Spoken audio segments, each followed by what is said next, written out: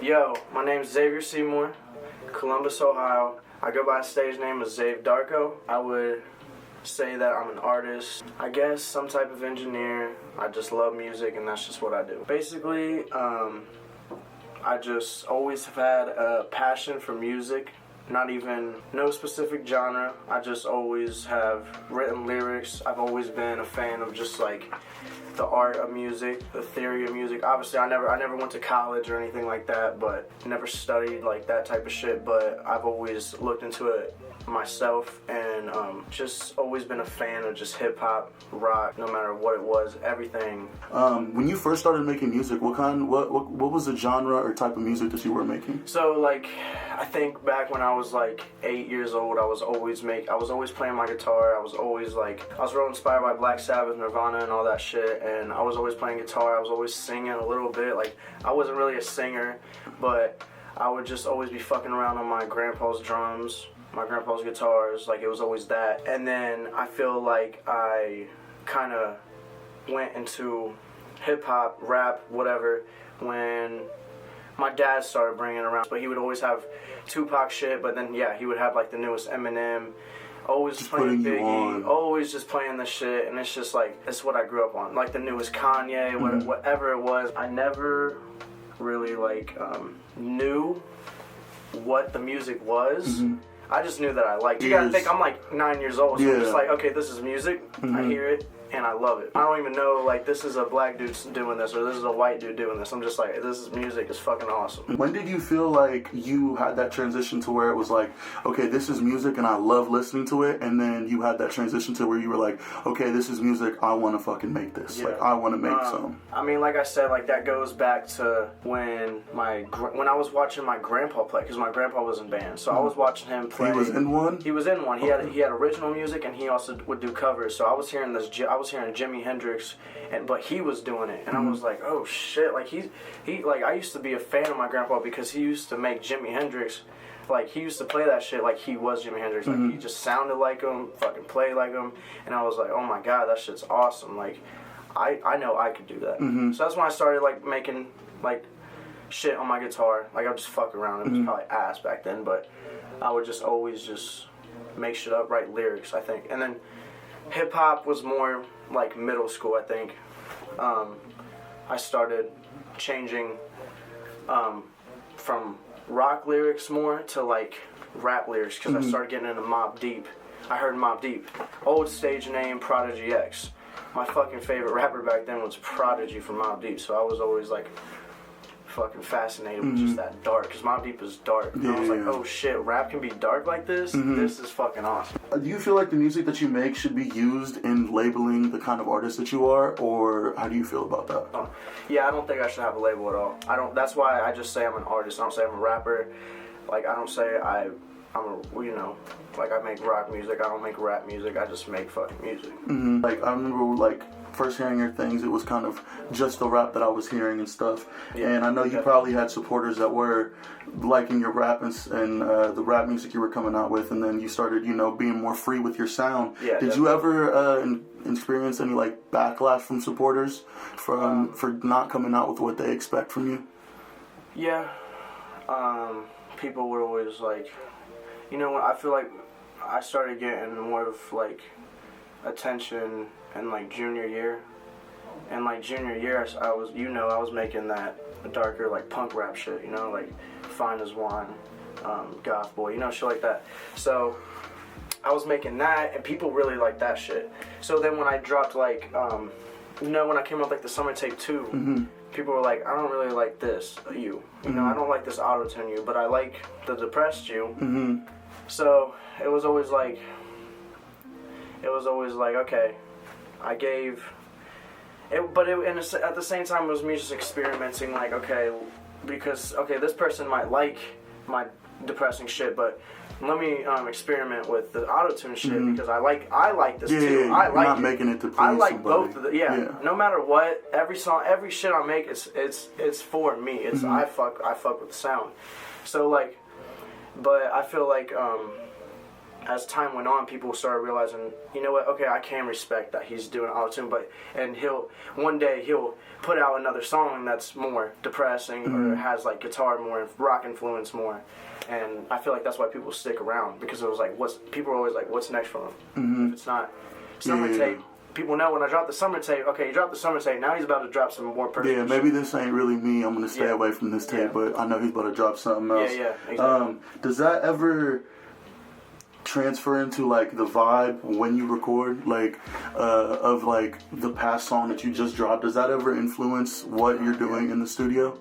I think it does.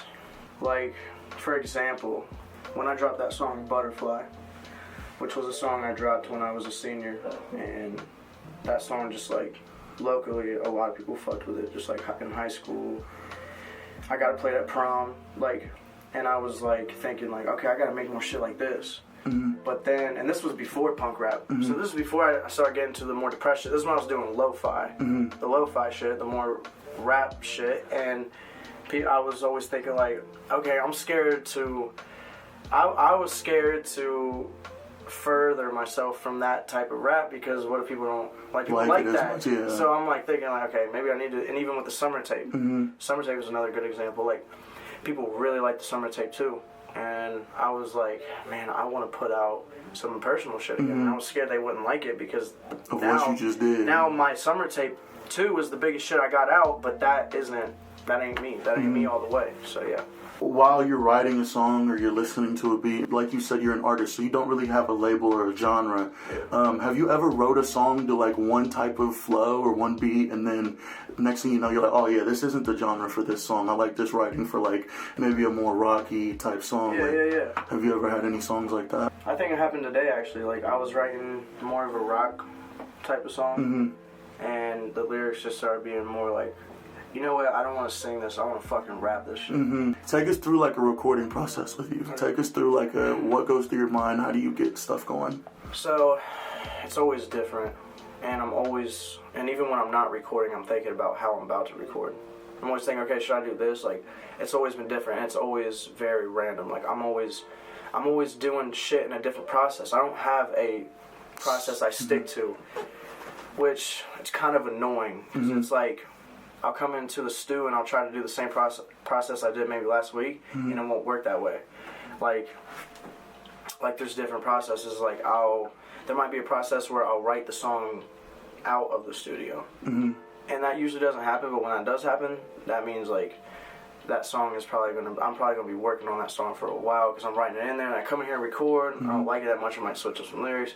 But then there's times where I'm in the studio and I fucking make a song, and that song is crazy right then and there, and I finish the song in 30 minutes, and that's it. So there's different processes, and it doesn't really change the quality of the song. Like, there might be a song I make in 30 minutes that's better than a song that I worked a week on. What has been the hardest part to you about continuously coming out with music and continuously, not trying to get too complacent with what you do? Sometimes I feel like I put out too much, but at the same time, that's definitely a battle I always have. Like, that question is a hard question, because I'm like always thinking like, okay, am I putting too much out? Like, if people are not able to catch up because I have so many earlier shit. But I'm also thinking at the same time, like, okay, if this next shit isn't it, then I'm already on to the next one. Like, I'm ready to drop something else, because I'm like, okay, that wasn't it, that didn't blow up. I gotta work on the next one. But, like, in today's world, it's hard to even know what's gonna happen. Like, I could drop the album, like punk rap, like Fine as Wine, one day could blow up, like that someone could find that song and it could blow up. Yeah, that was fucking 2 years ago. What happen. You know what I'm saying? It takes one song. Yeah. Do I stay doing this? And I might not pop off with this. If I try something else, I might pop off with that. And that's why I stay versatile. I love, like, when I'm rapping, like Griselda type rap, Freddie Gibbs, like type rap, like, I love doing that shit. And I always feel more 100% with that than when I put together a song that has a bunch of auto-tune on it, or, just a song that's, like, real lit and shit, because it's just like, okay, I did that, but, like, it's lit, but that doesn't really, like, I don't know, it doesn't make me feel 100%. The song that I go 100% on, it's like that usually is the song that I like better. When you were starting to venture out in different sounds, what is your biggest advice for, you know, artists that are trying to get, like, are doing the real rap, that vocal, real bar stuff? Like, what is your advice on that? You don't want to be too corny with it. Mm-hmm. You know, like, no one wants to hear, like, I'm so fucking lyrical, like, the shit that I spit. Like, shit like that, that's just definitely dead. That's out. That's out. When I'm saying lyrical, like, I'm saying just, like, crazy bars. And there actually is a lot on the radio now. I mean, you got people like Meek Mill that are doing that in the best way. You got, like, it's, you know, like King Von even. Like, that's, like, those are new kids that are doing it the right way. They're rapping over beats that aren't so, like, 808s, like they're just rapping over some hard beats that got some piano to it, and it's kind of like going back to like the roots of hip hop, which is really cool. That's why I think people got it fucked up when they say hip hop is weak right now, because it's really not. People are doing their shit. They're really rapping. Like, you just gotta listen. But my advice would basically just be like, don't be fucking corny. It's like battle rap is not in anymore. Okay, like it's not what it is. It's about, I think, just storytelling. People will always fuck with storytelling. Don't just rhyme with the word because it rhymes. People fuck that up too. Like, it's like puzzle pieces. Like, you write those stories and people will just follow along and will be intrigued into that type of rap if you're telling a story.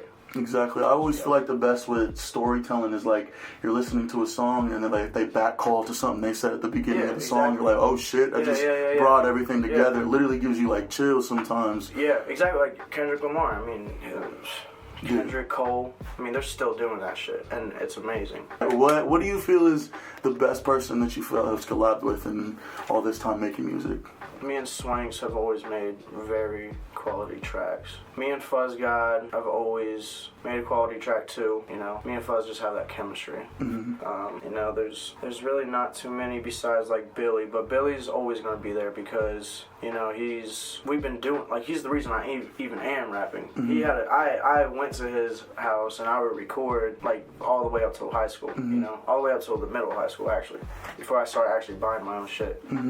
So yeah, me and Billy just, you know, we had that chemistry. Now it's more, we have the connection of having the passion for music. So yeah, it would be Swanks, Fuzz, Billy. Those are the main people I'm probably always going to collab with, go back and forth with. When you first started writing music, who was your biggest inspiration? I don't know, it's kind of hard. Like, obviously Eminem. I mean, that's if you go to my old shit, I literally sound like a fucking Eminem clone.